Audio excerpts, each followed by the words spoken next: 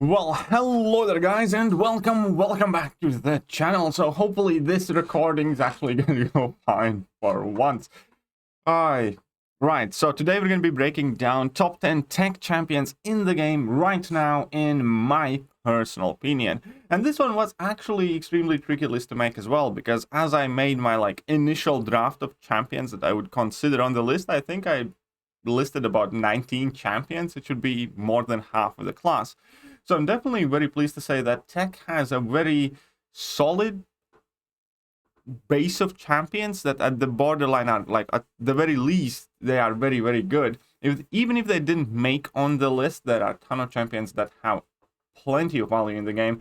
Like Vision, the guy is just beast when it comes to the power control. Now, I do think that plenty of aspects about Vision or Vision Age of Ultron have been outdated, and, necessarily he will not be the champion that you choose, but he's going to be the champion that you kind of sometimes might have to invest in. And with upcoming solo mode, and so far Vision having pretty much the most domination in the Summoner Showdown, depending what nodes are going to be there, obviously the meta of game could change significantly. And there are many more champions like that, including Punisher 2099, who I personally believe to be very capable champion. I absolutely love my rank 3 6-star. I'm not putting him in top 10, but I do think he's great. And there's plenty of champions like that, like War Machine, for instance, or Stark Enhanced Spider-Man, or Sentinel. I actually still kind of hold out my torch for Sentinel. I do think he should potentially be used more than he is. And perhaps he should have been included in top 10. I think Sentinel is the one where I'm most on the edge. Maybe I'm overlooking him, but he definitely has plenty of great qualities. And the same goes for champions like Mysterio, Iron Man, Infinity War, or even Howard the Duck. I really wanted to get the Duck up there on the list, but I didn't. Either way, keep in mind that this is a representation of my opinion and my view of the game right now. I'm not trying to insult you or your family's honor. I have heard all the memes and jokes about, the Church of Diablo and Diablo cult, and that's what I thought, that they just were that, kind of people being very excited about Diablo. Until very recently, I discovered that there are genuine psychopaths in love with Diablo. Like, honestly, the amount of sheer emotion somebody has, that when you like a champion but apparently don't like it enough, then that's a big problem. So there is definitely some psychotic behavior inhabited in some people, but all is well. Just remember, speak to everybody like you would like to be spoken to, and treat everybody like you would like to be treated, and the world's going to be a better place. Either way, let's get to the rankings themselves. And in spot number 10, we are going to be bringing in Nebula. Now, Nebula, again, I do personally believe that Nebula does have plenty of uses, and I like her. I have ranked her up to rank 2, potential to rank 3 in the future at some point. However, I do think that initial Nebula's rank up got kind of a bit overhyped with all the OMGs. Look at, she can do that and she can do that. And the fact of the matter is, Nebula could always do the things that people were happy she can do, pretty much, with the minus of that level 3 beast mode now. But fact of the matter is, they made Nebula just better at everything that she did. And obviously that matters. That makes her more user-friendly, that makes her more usable, that makes her more tanky as well, so she can sustain throughout more fights. But again, once that hype from the buff kind of fell down a little bit, I think she has settled very solid as, the higher end, the top third of the tech champions in the game at the moment. She definitely is capable of plenty of amazing things, but people are once again realizing that it takes effort. It's not as necessarily easy thing to do, to always kind of build up to those 20 charges. Even that has been made easier, and there's still plenty of work to be put in. On my personal kind of record, on my personal note, I would have loved if Nebula gained another additional way how to gain the charges, via by finishing combo in specific manner or something of the sort. Because right now you gain charge either by holding block, which is often inconvenient and troublesome in some matchups, or getting to level 3, which is the furthest place where you can put any ability. And if she had alternative way to get moderate amount of charges before you can kind of like double down on level 2, I think she would be a lot more user-friendly. But even as she is, she does have triple immunities. She has that, you know, regeneration that often can be super helpful when you do make a slip up. And then obviously she can cheese clampback nodes, and you have fairly consistent and easy access to shock and power control. She's very versatile tech champion, and I do rate her highly. Maybe not as highly as some other people do, but I do like her. I rank her, I enjoy her, and that is where I see her at the moment. Spot number 9 is going to be Silver Centurion. Silver Centurion is still one of the relatively newer champions in the game, therefore I do think that there is still a large amount of people who do not necessarily have full access to this guy as they would like.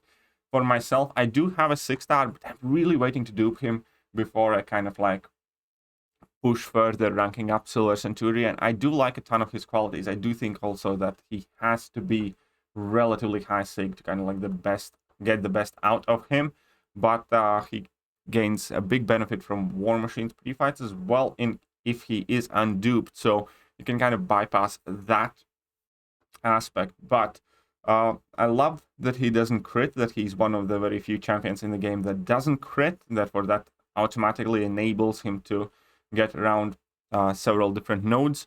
He has some power control, I believe, on his level 3, but the main the main work, obviously, is the incinerates and passive shocks and the plasma damage, and then very potent heal block abilities, and also slow on heavy attack, which often kind of gets forgotten about. That is definitely a very useful ability to have on Silver Centurion. Plus, obviously, his immunities, bleed, and shock, as long as you have an armor up effect active. I do think he's a very, very solid champion. Might not be everybody's cup of tea, and I do expect him to increase in popularity as more people get access to the guy. Right, so that is Silver Centurion that I'm putting in spot number 9. Spot number 8, and somebody's going to give a mistake for it. Spot number 8 is going to be Penny Parker. Okay, I think she's cool. I think she's one of the most frustrating champions to play against, especially as AQ boss in map 8 at the moment. I end up fighting her like, 5 out of 8 days, all the time. She's there. It's not a silly node combination with, whatever. But offensively speaking, there is obviously plenty of potential. I do like that when you do make mistakes with her, you're kind of taken care of and covered. I do like that her shield mechanic in plenty of fights allow you to basically completely avoid taking chip damage as well. Now there is some power control, obviously plenty of incinerate damage. I actually do not like the fact that her damage is so dependent specifically on incinerate. I really wish that even against incinerate immune champions, her level 2 would at the very least move away from that instant incinerate to just instant energy damage instead. Because quite often when you need Penny Parker, let's say, for her incinerate immunity, you also realize that you're not going to be able to do any damage there, because if you need that immunity in a fight, then fairly often opponents are immune to it as well, and then you're just left with no damage at all. And whilst there are plenty of champions that obviously do rely on specific damage over time effect for vast majority of their damage, with Penny, again, there is a very big split how she deals her damage, and she does relatively modest amount of damage on everything else except that big level 2 when it's built up. And if you take that away, then it makes the fight significantly longer. All in all, I'm not a fan of the design of her defense abilities. And that is not to take anything away from her as a champion. It's just all of these abilities that say you just ignore auto block, or if you ignore true accuracy and stuff like that, I'm not a fan of. That feels like developers are just taking a shortcut with saying, your champions counter this specific ability except now. Why except now? I don't know, because I needed to make her trickier on defense kind of thing. And I hope we're not going to see much of it in the future. But I do think that as a tech champion, her shield mechanic is fine. I think she has power control. She has passive heal block that can be very versatile and handy. She's arguably the best way how to just destroy Nick Furies at times, and so on and so forth. And yeah, I don't think she's everything anyone has ever asked for a tech champion offensively, but she does have several very good qualities in that aspect, and I'm putting in her in 8th spot. Right, spot number 7. Spot number 7 is going to be Nimrod. And again, I actually expect Nimrod to climb higher. I genuinely talked quite at length in my 2021 champion ranking video. And Nimrod is just insane against mutants. And he's quite solid, quite good in a generic matchup as well. With Nimrod, there is a similar issue that kind of he had with Penny, but I don't mind it as much because it has kind of a good base in comics at the very least, where he can ignore armor breaks or his ability accuracy can't be reduced by mutants and so on. Also, many of us are now getting a lot more accustomed to fighting Nimrod as map 8 mini-boss, and we are getting to see more and more what he can do. I like the fact that he gets energized or energy vulnerability. With that energy vulnerability, he can actually hit really hard. He obviously has passive shocks, which also is kind of like an upside, because there are less champions that can shrug it off, or where debuffs might be some sort of trouble. Has access to Unstoppable, and again, is a very big ability kit that I think is put together quite well. But when you're fighting a mutant champion and when you get that double speed ramp up, then it really shines. Then it really does shine. You can do a ton of damage and you ramp up extremely quickly. You don't need to focus on parrying as much to get those armor ups on. And it's definitely one of the champions that I wish to get as a 6-star. Well, he's on top of my 6-star wish list.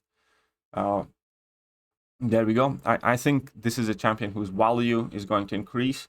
And I definitely also have to mention that... was it cowardice? Or where is that buff? Where is that buff that gets rid of promises? Completely forgot where it's called or where to find it in the ability description. But I know that he has access to the ability that removes promises. Here we go. Here we go. Not quite, not quite. When the opponent launches special attack, inflict cowardice debuff, reducing special attack damage by 40% for 15 seconds. And cowardice also gets rid of prowess effects. And that just does wonders in his usability. And he is one of the very few options now against Path 6 in Alliance War, where they recently changed up the nodes, and it's kind of like all about prowess. And yeah, I think Nimrod is going to see increased use in Alliance War, and by extension, more people will end up ranking him up. And because of that, more people will start bringing him in content and understand exactly how potent this champion is. So I'm very hopeful for Nimrod. Now, in spot number 6, I will be putting Hulkbuster. Hulkbuster is just one of those champions that when he got buffed, I think kind of a lot of people either forgot about it or didn't want to bother with him. Now, there are inherent problems with the Hulkbuster buff where his level 2 cannot necessarily always connect with the heavy attacks in some matchups. And it does take, a bit of getting used to. But in general, when you look at Hulkbuster, you kind of get close to being in perfect tech champion. I even like the fact that he's not a robot and he's not a double immune, but he can reduce the poison and bleed damage to a point where you're actually regenerating health from suicide masteries. I kind of wish he had one more armor up to have that extra 25% damage reduction from bleed and poison, which you can gain with Sasquatch synergy, but it doesn't get to use that synergy too often. Then he has access to unblockable, shock, power drain, guaranteed stun, and that's kind of what you need. Ability accuracy reduction is there as well, and then some regeneration. Plenty of useful abilities, and recently he has taken a good backseat to Ultron for a lot of people, and I like him for that. Because quite often in the matchups where you don't want to use or can't use Ultron, Hulkbuster deals with those problems extremely efficiently. And obviously he does get somewhat outshined by Ultron, but still the fact that he often gets brought to those quests and also used plenty, at the very least by me, puts a ton of value in the guy. Because, let's say, Ultron is a phenomenal champion, but he sucks against bleed immune champions unless they're mutants. And Hulkbuster can take those fights quite easily. And, you know, again, Ultron is a robot. Sometimes we get nodes or champions that have specific abilities against robots, and Hulkbuster isn't. So he's managing to play that, you know, second fiddle to Ultron extremely well. On top of that, he has one of the most extensive list of synergies with a ton of champions that are often, you know, somewhat moderately or extremely useful, like increasing your stun duration, or, you know, synergizing with War Machine, or increasing armor break debuff potency with Sorcerer Supreme. A ton of very good champions that he synergizes with, and it's very easy to often kind of drag him in the team and benefit from him. Wish he didn't have the problems that he has. If, you know, he would have some sort of passive stun on his level 2, so you can safely go to your heavy attacks after you throw your level 2 in a block. You know, I think that could potentially push him even higher up the list. But I still think, as is, there is a ton of value in the guy, and I have ranked him, I like him, I use him, and I don't see myself, you know, moving away from that. So, moving on to spot number 5, I'm going to place Guardian. Now, Guardian, as again, is a mixed bag. There's a group of people who really don't see anything special about him, and there's a group of people who absolutely love him. And I'm kind of switching back and forth from the groups, but I do realize that there is a lot of good in the champion.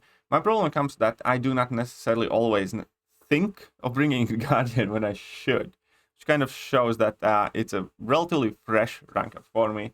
But I have taken Guardian up to rank 3 in SIG 200 as well, and there is a definite slew of potential uses in Guardian, starting from his increased block proficiency, energy resistance, bleed resistance, and critical damage resistance. Bleed resistance perhaps being the one that you benefit from the most.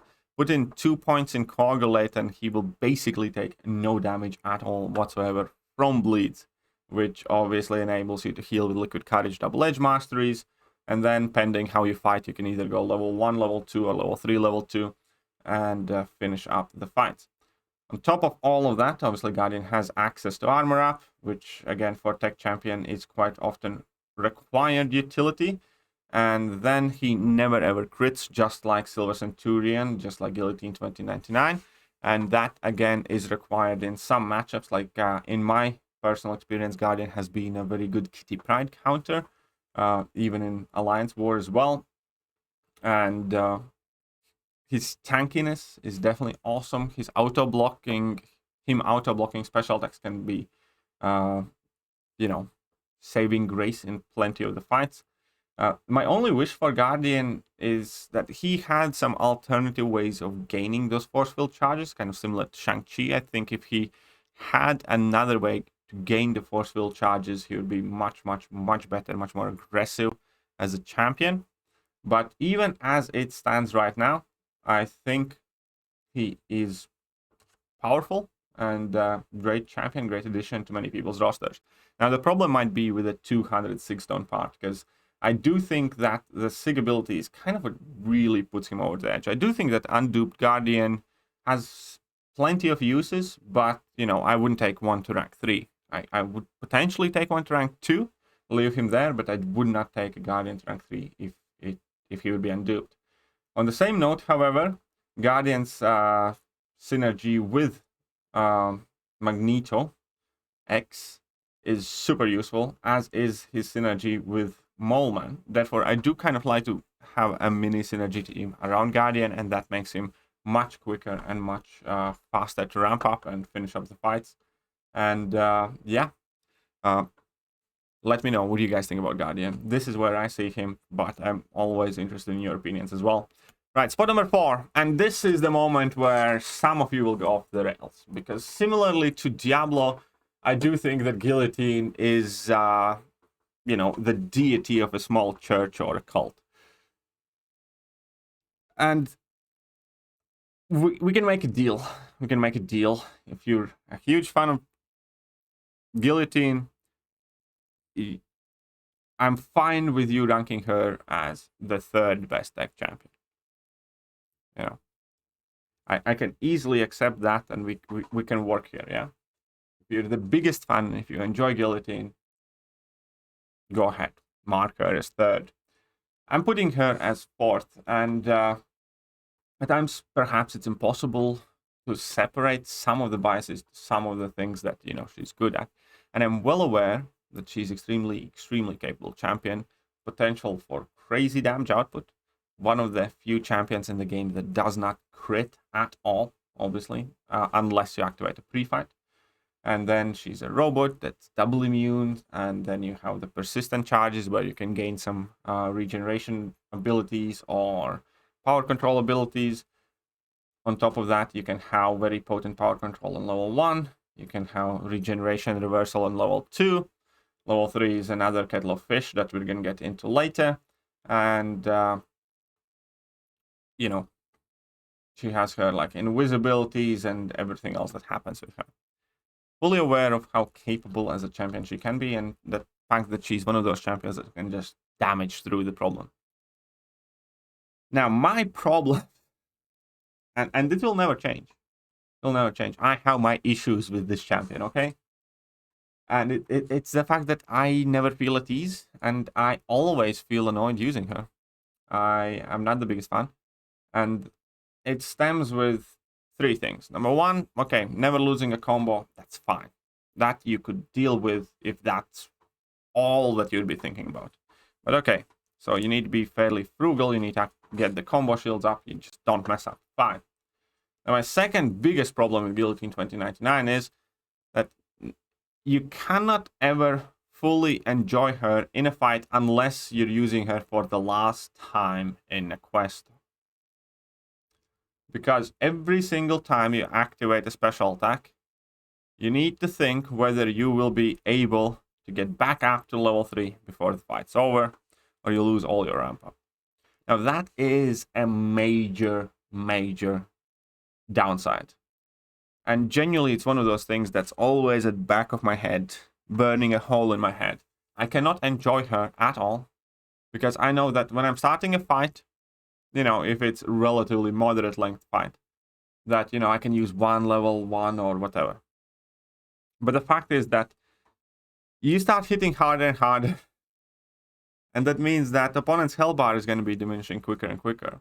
And it's, I know you can figure out more or less when you cannot use special attacks anymore, but the idea itself that you might need that utility in the fight. You might need that power control, and then you have a decision to make, whether you're going to leave your guillotine unramped, or whether you're going to struggle through without the power control. That is what you wanted in a fight.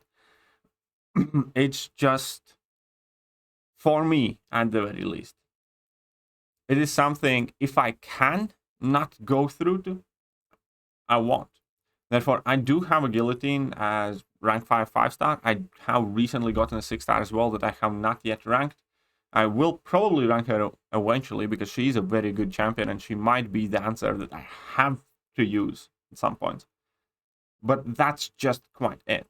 She's always going to be a champion that I will use when I have to use, and pretty much never a champion that I will want to use because I can. And then obviously the third last thing is the finishing with level 3. You also need to do a bit of HP watching, and then you need to be aware of any abilities that might hinder the damage, and then, you know, anybody that could have some sort of immortality or whatever else goes there. I'm just not personally enjoying it. And yeah, it's, as I said, she's a champion that I will use when I have to, and I have. And I agree that she's good, but she's not a champion that I will ever use because I'd want to, because I don't. But she's very good. And now you can come after me, you Church of Guillotine people. Okay, let's move on. Let's move on, spot number 3. Recently, there actually has been the discussion, which is the better robot, whether it is Ultron or whether it is Warlock. And superficially, Ultron actually takes the cake. Superficially, you'd go with Ultron. But, in my opinion, it's going to be Warlock. Because Ultron is better in the matchups that he can work well, but Warlock simply has way more good matchups. And that's it. Like, there's a ton of fights where you will not or can't use Ultron, where you can and will use Warlock. And that's why I'm putting Warlock higher. Both are phenomenal champions, and I love Ultron. Ultron's one of my most used champions right now. I love the fact that you can play him with recoil, without recoil, with liquid courage, double edge, without them, because once you start blasting, you know, the attack increase from liquid courage, double edge doesn't really matter. Again, full disclosure, Ultron currently is not working as intended with his level 3, so anything that I'm talking about, I will be ignoring the infinite damage buildup, which, again, in my opinion, really comes into play only in like super long fights like Abyss and Labyrinth and pretty much anywhere else. But and even if this does get fixed, it does not change my ranking or view of Ultron. Now, one of the biggest worries with Ultron is obviously that ideally you do want him synergized. He is plenty good if you run him without synergies, namely the synergy that he has with both Visions, Thor, Ragnarok, and Hulkbuster. That is the key synergy there. You can play him without that, but then you're kind of limited to level 2s, and you still lose some damage output. And you can't use level 3, really. You can't use level 1. You have to use level 2s. But for AQ and things like that, he's still putting in a ton of work. But assuming that you are bringing in Hulkbuster or Thor, Ragnarok, or the Vision, which are, you know, capable champions, and again, for me, mainly it's the Hulkbuster that I'm tagging along, and it complements Ultron typically quite well. Ultron is just a beast. There are few better feelings in the world to start the fight with 26% and finish it with 80%, as one of my viewers told me earlier this morning. Hi, Lawrence. But it's true.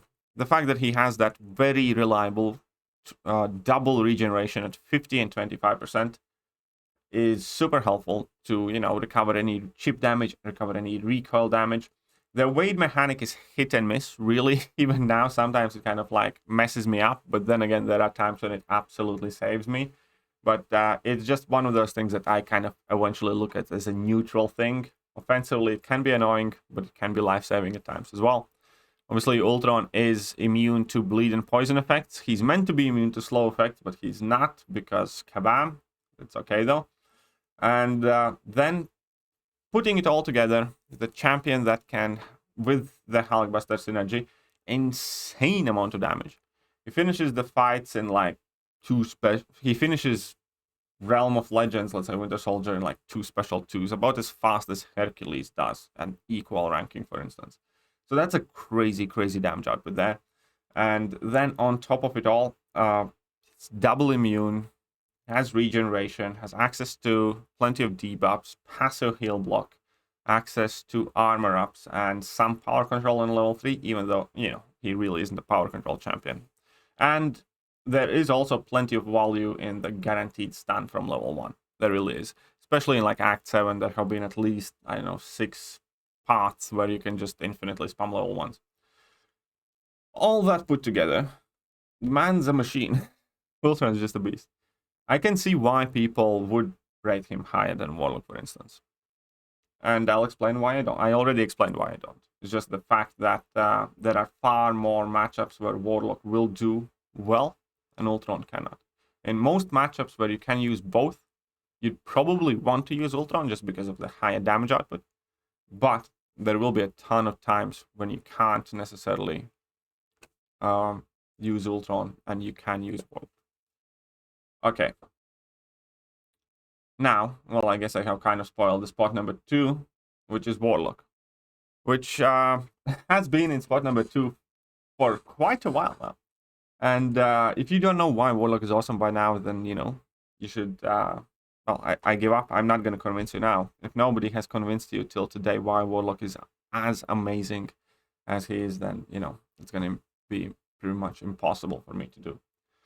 But the way I, again, like to look at Warlock is that he's one of the happiest accidents of MCOC, where the reason he is as popular and as powerful is not evidently apparent at all. Like, if you look at the champion, you know, okay, he arguably the best thing about him is the techno-organic virus and the passive heal block, which is, let's say, arguably the best heal block in the game, unless opponents have a lot of buffs.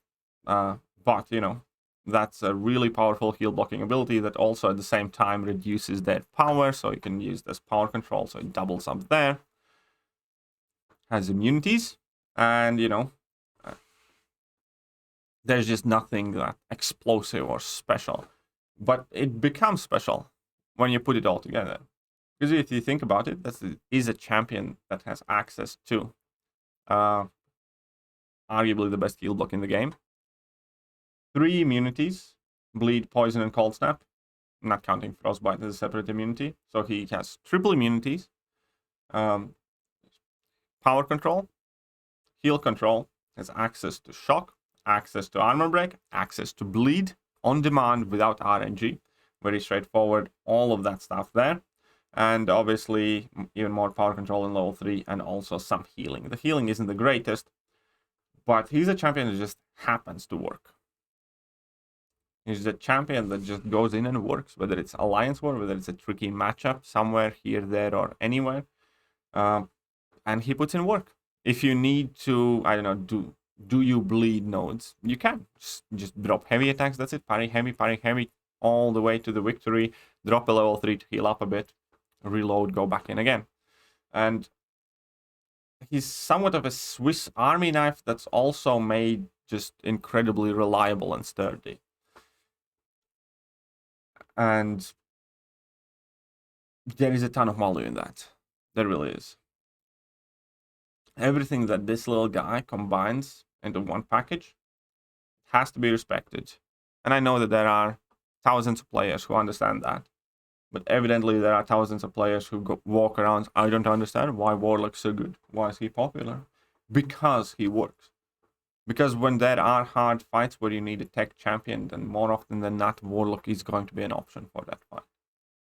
When you need to deal with, you know, annoying regeneration nodes or, I don't know, buffets and everything else, Warlock is going to handle that. When you need to, you know, have your immunities in place and have power control, there's Warlock. He just does the work that's needed to be done. Might not get the fights done the quickest, but he'll get them done. And obviously the top position still belongs to Ghost. I'm sorry, it's just Ghost. And there actually have been several cycles of where Ghost kind of goes more and less popular. And it's undoubtable. She will never be as dominant as she once was alongside Quake. The game has changed. There are far too many anti-Ghost champions now and far too many anti-Ghost nodes. But there are a couple of moderately unrelated events that have happened in the game that have once again pushed Ghost higher up than she was. Number one is Kitty Pryde's release got Kabam to get rid of True Focus spam, because, you know, True Focus was being actively spammed to hinder Ghost and Quake. Kitty Pryde came out and basically said, if there's True Focus, then, you know, everybody's just going to spam Kitty Pryde and it's going to be even stupider. So they got rid of True Focus spam, which inadvertently helped Ghost to kind of reclaim some of the fights or pieces of content that she was pushed out from before. Then, on top of that, Kabam also increased the amount of nodes like energy adoption, for instance, which is absolute cheese garden for Ghost, and she's basically the most effective option, the one champion that benefits the most from those damage over time effect spams that we saw in like 7.2 and to a degree in 7.3. So Ghost could absolutely just walk through significant amount of paths in Act 7 all of a sudden. And then all of a sudden, whilst she still is problem, Kabam's also like being forced to deal with plenty of other different new champions. And they have kind of went back to that punishing debuff or punishing parry type of nodes in general, where Ghost is kind of out of the sunshine a bit now, seemingly, for Kabam developers. And she just kind of manages to sneak in more and more and more and more pieces of content back in again. So that is where we are with the Ghost right now. The only thing that's somewhat holding her back now is the fact that you can't phase the recoil due to the game engine issues with Hood synergy. But another thing that is definitely helping Ghost to maintain her popularity and presence is also the fact that she is one of the more relevant synergy partners for Kitty Pryde.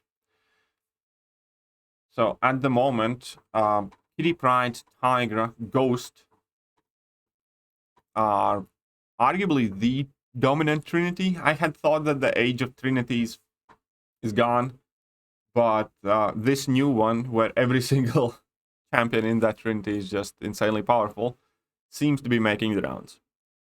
And then if you can extend it to 5 champions, you can bring in Wasp for Ghost Synergy, and you have very little to worry about again, right? And there we go. So that is how she's carrying on. That is how she's holding on her top 1 spot. And the power of Ghost is still ever so present in the Contest of Champions. And that's why Ghost is the best tech champion in the game. And arguably the best champion in the game. Or one of the best champions in the game. I guess that will be seen quite soon. Right, so that is going to be it for now. Now, this was the second class ranking videos. So we have 4 more of these left. Tomorrow we're going to be taking a look at skill class. And then we're going to be taking a look at science. Then we're going to be taking a look at cosmic. And finally mutants. Then we're going to have top 15 champions in the game. And then I will post my updated tier list. Hope you guys are looking forward to that. I hope you guys also enjoyed today's video. And if you did, hit that like button, hit that sub button, hit all the good buttons. And I will see you guys soon. Later.